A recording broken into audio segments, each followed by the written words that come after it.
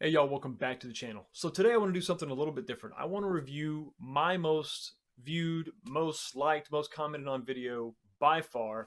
It's the $20 PS2 Slim monitor. This is something I did back when my channel was brand new. I had a lot of smaller projects, hacking projects, things that I would tinker with. And I've always had a passion for this particular case. So I'm a big PlayStation guy. You could call me a fanboy. But the PS1, when it was released, you could actually get a monitor, a Sony branded monitor, and they released it as a combo package. They never did this for the PS2. I never understood why. Now, the PS2 had several versions. You had the fat PS2, you had the slim PS2. When the PS2 was first slimmed down, there were holes in the back that you could actually attach monitors to. Now, there were a couple different aftermarket options, third party options from Logitech and Pelican, but Sony never made one. And so that always kind of bothered me because the quality just wasn't quite there. Now, see, this is why this is important. You retain all this functionality if you get the DVD player with the controls mounted on the monitor side, not the base side. You can chop up, you can cut up, you can discard most of the base, but you can retain all that functionality if you get a DVD player. And Sony, it's not necessary to have the Sony brand, but if you get something that has those controls on there, you retain all that functionality when you have this form factor here. Another thing to consider is how are you going to power the unit? Another benefit of using a Sony brand is that the same AC adapter that powers the PS2 can also power this DVD player, or in our case, really just charge the battery. We're going to plug this in when we're not playing the PlayStation 2. We're going to charge the battery. You're going to get, like I said before, you're going to get 6 to 8 hours easy when we're just powering the monitor. So when you're not playing the unit, you just plug it in and it will charge.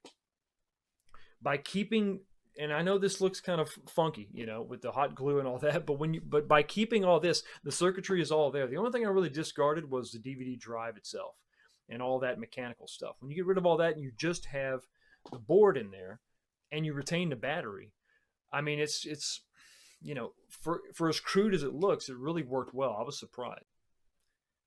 I also want to take a few minutes to get into some of your specific comments to see if I can't help you out. So let's start with Alex, who says, a cool setup. Can you please list the parts that you use? I'm going to try it myself, and any help would be appreciated. Thank you. Thank you very much for commenting on the video. The thing that I started out with, obviously, is the PS2. It's got to be the 70,000 series. When you go to get a PS2, if you buy on eBay or if you check your local shops, make sure it has the inserts inside. It has to have a hole, and then you'll see the silver insert that you can actually thread something into. So you want to start out with that model. Don't go with the 90,000 series. I like those because they have the internal power supply, but they don't have the holes to attach the screen, and you've got to have that. That's where you start out with. Now, once you have that, what I used was the Sony DVP FX96. That was the particular model of DVD player that I used. I like it because it has all the controls on the screen portion. It has all the other inputs, and the most importantly, what really worked out for this build was I could use the same AC adapter for the PS2 and for the monitor. So that really helped out.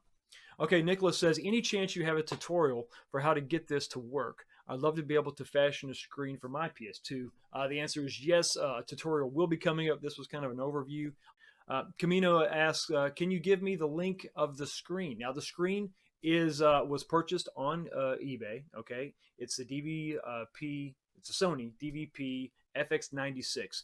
Look those things up. What do you want to do to really get those things at 20 bucks? What I found is look under the 4 parts section.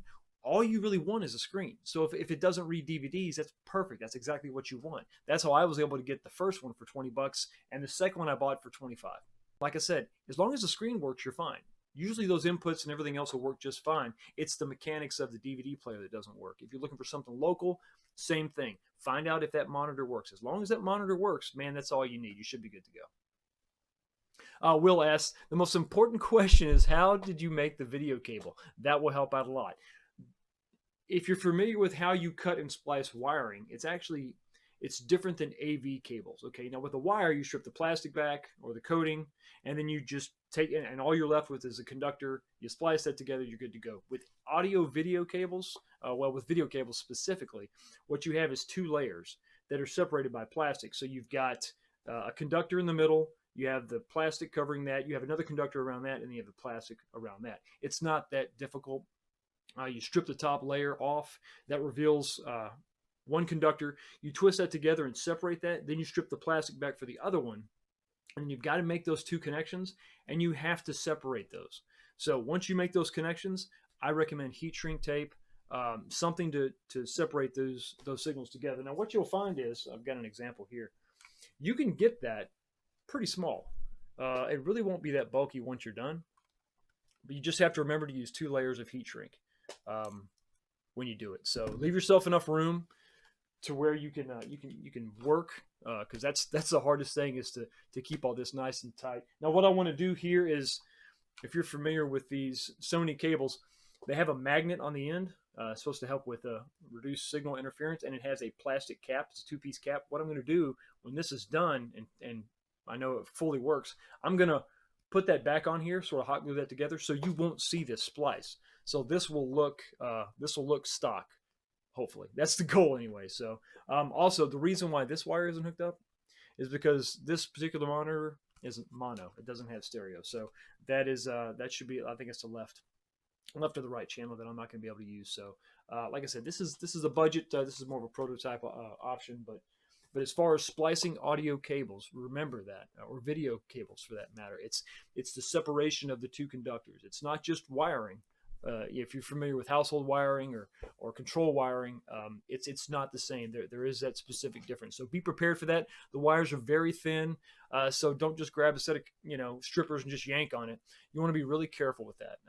But it is possible if you take your time. I would suggest cut the cables really long and practice a few times till you get really good before you cut it really tight and close to the unit. You want to, I wouldn't do this for your first time if you haven't spliced those cables before. I would not do this on your first try. That's going to be to get that tight, because you're probably going to make a mistake. I know I did several times. Okay, next up we have Speed Racer 123222, and he asks, "How did you attach the screen? Did you glue it or screw it? What DVD player? Did you use a PS2 screen clamp to attach the DVD player on? Also, what size is it? Is it an 8-inch? It's actually a 9-inch screen. It's a 9-inch monitor. I think you can probably go up to 10-inch. Well, you can really go as big as you'd like, but I wanted to keep the form factor. I wanted to keep the DVD monitor portion the same size as the PS2, so I actually went with a 9-inch. But once again, the DVD player that I use is the FX96, Sony FX96. The way I attached it is I built a bracket out of aluminum angle iron. Aluminum is soft, it's easy to work with, and then once I made my templates, made all my cuts, I test fitted it several times. I was able to just paint that black, and it all blended in really nice. What you'll find is when we separate in my next video, when we separate that DVD player, there is a metal square, a bracket that's actually mounted to that monitor that allows it to hinge up and down. We use that in conjunction with the angle iron piece we're going to make, and to get that functionality, and it actually works out really well. Next question is, can this work with the chunky model? Yes, but you're going to have to do a few things differently. Let me pull up this picture so we can talk about it. The yellow circles show the bolts for the hard drive, the hard disk drive. If you're using that, you obviously don't want to use those two to mount your screen, but if you're not using a hard drive, that's an option. Some of the fat PS2s had additional holes. You can see those noted here with the red circles. It's possible you could use those.